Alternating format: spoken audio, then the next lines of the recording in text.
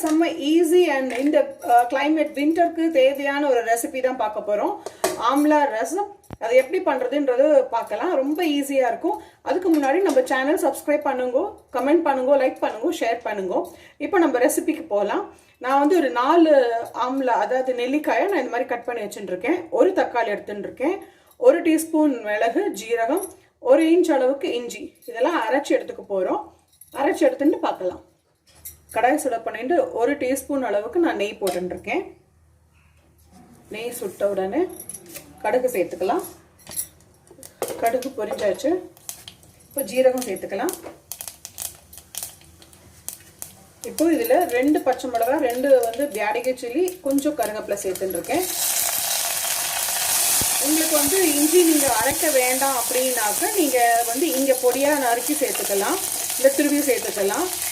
அப்புறம் இந்த இடத்துல வந்து வெங்காயம் பூண்டு நீங்கள் வேணும்னா சேர்த்துக்கலாம். இன்றைக்கி நான் அதை சேர்த்துக்கல. இப்போ இந்த அரைச்ச விழுது இருக்குல்லையே அதை சேர்த்துடலாம்.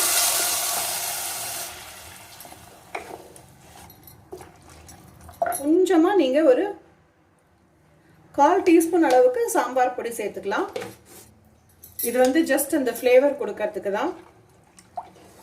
இதை நல்லா மிக்ஸ் பண்ணிவிட்டு இது நல்லா ஒரு கொதி வரணும். நான் வந்து இந்த மண் சட்டியிலேருந்து நான் வந்து பாத்திரத்துக்கு மாற்றின்ட்டேன். இப்போ இதுக்கு தேவையான அளவுக்கு உப்பு போட்டுக்கலாம். இப்போ பெருங்காயம் சேர்த்துக்கலாம். இது ரொம்ப ஈஸியாக ஆகிடும். இது வந்து ஒரு 5 நிமிஷம் தான் ஆகும். இது அரைக்கிறதுக்கு தக்காளியை கட் பண்ணுறதுக்கும் அரைக்கிறதுக்கும் மாத்திரம்தான் டைம். இது ஒன்ஸ் வந்து ஒரு நுரைச்சுண்டு கொதி வந்துடுதுன்னா நம்மளோட ஆம்லா ரசம் ரெடி ஆகிடும். கொதிக்கிறதுக்கு முன்னாடி கொஞ்சமாக மஞ்சள் பொடி சேர்த்துக்கலாம். இப்போ இது கொதிக்க ஆரம்பிக்கிறது. இப்போ ஜஸ்ட் ஒரு 1/4 டம்ளர் அளவுக்கு பருப்பு ஜலம் சேர்த்துக்கலாம். அப்போ இந்த பருப்பு ஜலம், இந்த நம்ம அரைச்ச விழுது எல்லாமா சேர்ந்து நல்ல ஒரு மிக்ஸ் ஆகி ஒரு கொதி வந்து நுரைச்சுன்னு வரும் இல்லையா, அப்போ ஆஃப் பண்ணிட வேண்டியதான். இப்போ நுரைச்சுன்னு வந்தாச்சு, ஆஃப் பண்ணிட வேண்டியதான். இப்போ கொத்தமல்லி தழையை போட்டு இறக்கிட வேண்டியதான். நம்மளோட ஆம்லா ரசம் எவ்வளோ சிம்பிளாக ஈஸியாக ரெடி ஆகிடுது பார்த்தீங்களா. இதில் வந்து நம்ம புளி சேர்க்க வேண்டாம். ஒரு விஷயம், தக்காளி வந்து நல்ல பழுத்த தக்காளியாக இருந்ததுன்னா வந்து ரொம்ப நல்லா இருக்கும். அப்போ வந்து உங்களுக்கு புளி சேர்க்க வேண்டிய அவசியம் இருக்காது. உங்களுக்கு தக்காளி வேண்டாம் அப்படின்னா நீங்கள் அந்த சமயத்தில் வேணால் நீங்கள் புளியை சேர்த்துக்கலாம்.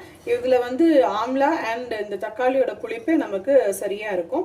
இதில் நான் முன்னாடியே சொன்ன மாதிரி வெங்காயம் பூண்டு நீங்கள் வதக்கிறதே அந்த பொரிச்சு கொட்டிட்டு வதக்குறோம் இல்லையா, அப்போவே வேணாலும் சேர்த்துக்கலாம். இஞ்சியை வந்து நீங்கள் திருவி கூட சேர்த்துக்கலாம்.